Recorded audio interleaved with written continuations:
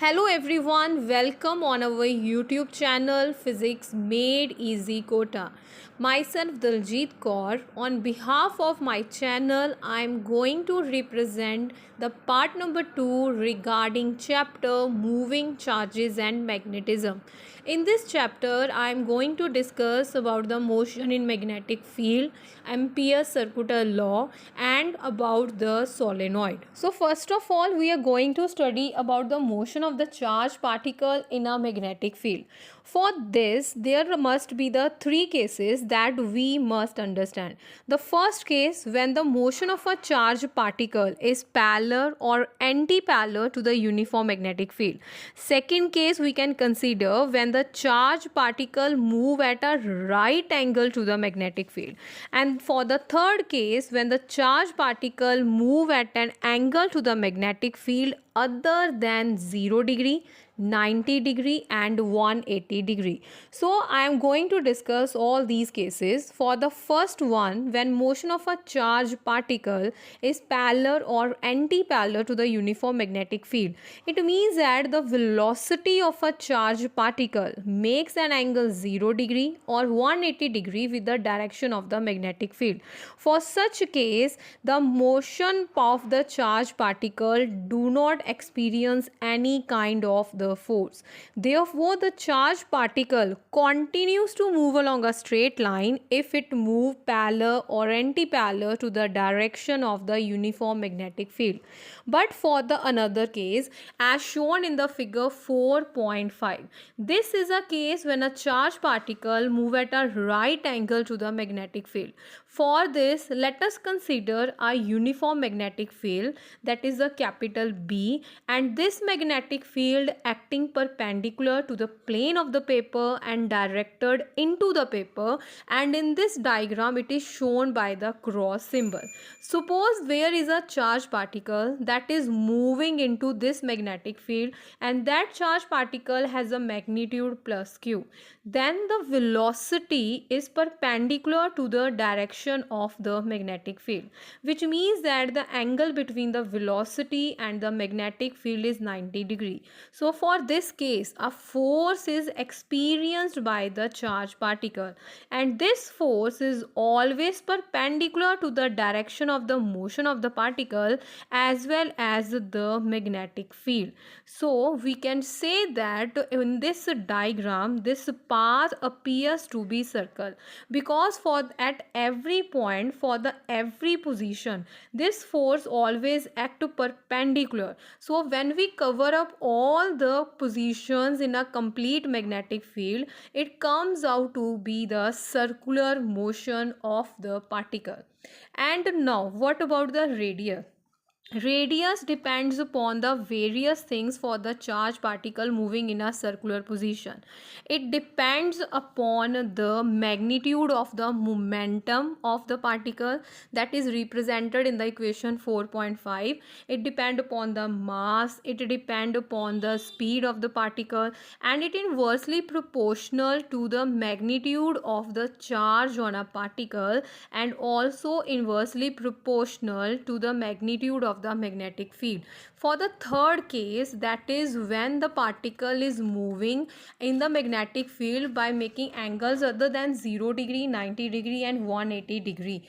For this case, we must understand that now the velocity get resolved into its component, and the charged particle moves with a constant velocity v cos theta along the direction of the magnetic field. So net magnetic force acting on a charged particle in the direction of magnetic field is 0, since v sin theta is perpendicular to the direction of the magnetic field.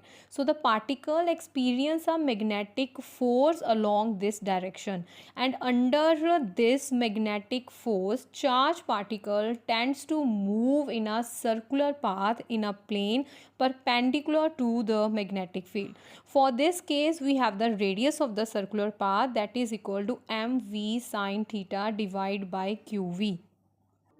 And time period is a reciprocal of the frequency. So the time period is equal to 2 pi m divided by qv. Frequency can be calculated as reciprocal. So now what is the pitch? Pitch is actually the linear distance traveled by a charged particle along the direction of the magnetic field in one rotation.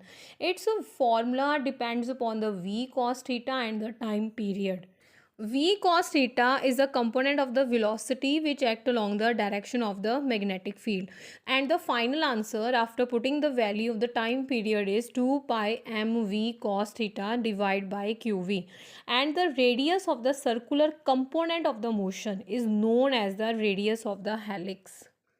Now pick up your pen or pencil to do some calculations because the next one is a numerical. In this numerical we have to calculate the radius of the path of the electron and we have to calculate the frequency and the last, that is the energy in the kilo electron volt. Use all the formulas and find the value of all these quantities, but energy must be in kilo electron volt. So for the ampere circuital law, first of all we consider a infinitely long straight conductor and a current I is flowing through it. The magnetic field lines are produced around the conductor and as shown in the figure, these are the concentric circles. Now to apply ampere circuital law, we must consider an Amperian loop. So let's suppose this Amperian loop is a type of a circle having the radius r around the wire. Then we consider a small element of the length dl on this circle, and the direction of the small element and the magnetic field are in the same direction because the direction of the magnetic field is always along the tangent to the circle. We can easily find the direction by using the right hand thumb rule. Then we can take the surface integral and come to the integral form of the Ampere's law, and the integral form states that the line integral of magnetic field around any closed path in a free surface is equal to the absolute permeability mu naught times the current I passing through that surface and closed by the closed path. So the relation that is shown in the picture as the integral form can be obtained. There is another formation of the Ampere's law in the differential form, but there are some limitations of this law, like this law is not a universal law. Also this law deals with the steady current only. So these are some conditions which make it applications on a few cases only, but we can say that it still holds some good position, as Ampere circuital law holds good for the closed path of any size and shape around a current carrying conductor because the relation is independent of the distance between the conductor and the closed path around the conductor. Since it has various applications that we can use to find the magnetic field in a current carrying coil of the very long length. Now we are going to study about the applications of the Ampere's law, that how we can apply it to calculate the magnetic field. For this we consider the straight current carrying conductor, or you can say the wire of the infinite length. So for this we can calculate the magnetic field at the three cases, or we can say that at the three places: outside the wire, inside the wire, or on the surface of the wire. Now we can discuss it one by one. For the first case, when we want to calculate the magnetic field at a point outside the wire, for this we consider the small portion of a long wire, that is we are considering a finite length of the wire, and we consider the point that is P, which one is outside the wire at a distance small r. Up to the point P, we consider the Amperian loop that having the radius small r. It is clear from the figure that the small r is greater than the radius of the wire, which is the small a. Then we can apply the Ampere circuital law, and after the application we can put the value of the L, that is equal to 2 pi pi r, and we get the answer for the magnetic field mu naught I divided by 2 pi r. And from this answer that is shown in the figure as the 4.19a, we come to know that magnetic field varies inversely with the small r, which means that magnetic field intensity at a point outside the wire varies inversely as the distance of a point from the axis of the wire. Second case we can do when we assume that the point P lies on the surface of the wire. When the point P comes on the surface of the wire, it means that the small r is equal to small a. Then we get a new expression of the magnetic field. And for the third case, when we assume that the point P is taken inside the wire. When the point P is taken inside the wire, then point r become lesser than a because now point is inside, and the two cases arises for the magnetic field if the current flow only through the surface of the wire or the current is uniformly distributed through the cross section of the wire. After doing the respective calculation for the last case for the magnetic field inside the wire, we get to B directly proportional to R. That is, now the magnetic field varies directly proportional to the distance R from the axis of the wire.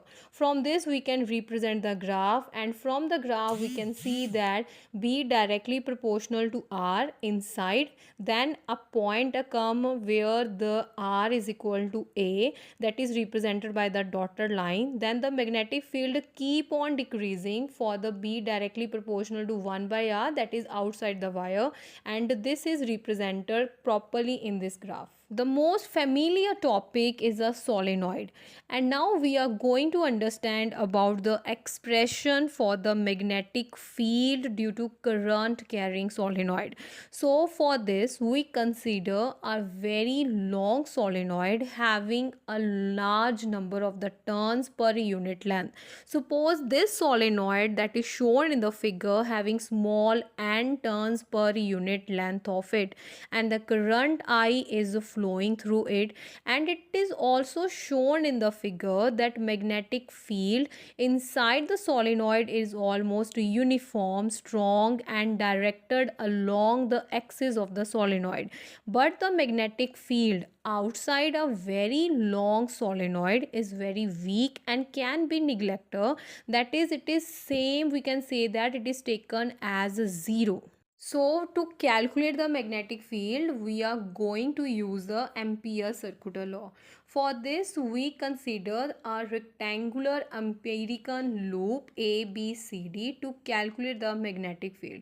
And let us suppose there is a particular point through which this Amperian loop is passing. Then we calculate the line integral of magnetic field, and this line integral of magnetic field is across the loop ABCD. So it get divided into the 4 parts. First of all, we calculate the line integral of magnetic field across AB, then across BC, then across CD, and then finally across DA. Then we take the sum of all these and get the final answer for the line integral of the complete loop. And the magnetic field is, as shown, is acting perpendicular to the path BC and AD, and so we can say that angle between the magnetic field and the DL vector, that is a small current element, is 90 degree for these cases. So both these cases give us the 0 answer for the line integral of magnetic field. But the path CD is outside, and that is outside the Amperian loop, so it is taken as the 0. So only we left with the path AB. So for the path AB, the direction of the DL vector and the magnetic field is the same. So in this case, theta is, that is a cos theta, is equal to 0. Then the complete answer, after putting all the values, we get the line integral of magnetic field is equal to BL, and we know that this is further is equal to mu naught into the total current I, and this total current I is passing through the total number of the turns. After putting all the values, doing the respective calculation, we have the answer for the magnetic field. So here is the final answer of the magnetic field after doing the respective calculations. That is, the magnetic field is equal to B is equal to mu naught into Ni. N is the number of turns per unit length. I is the current flowing through the solenoid.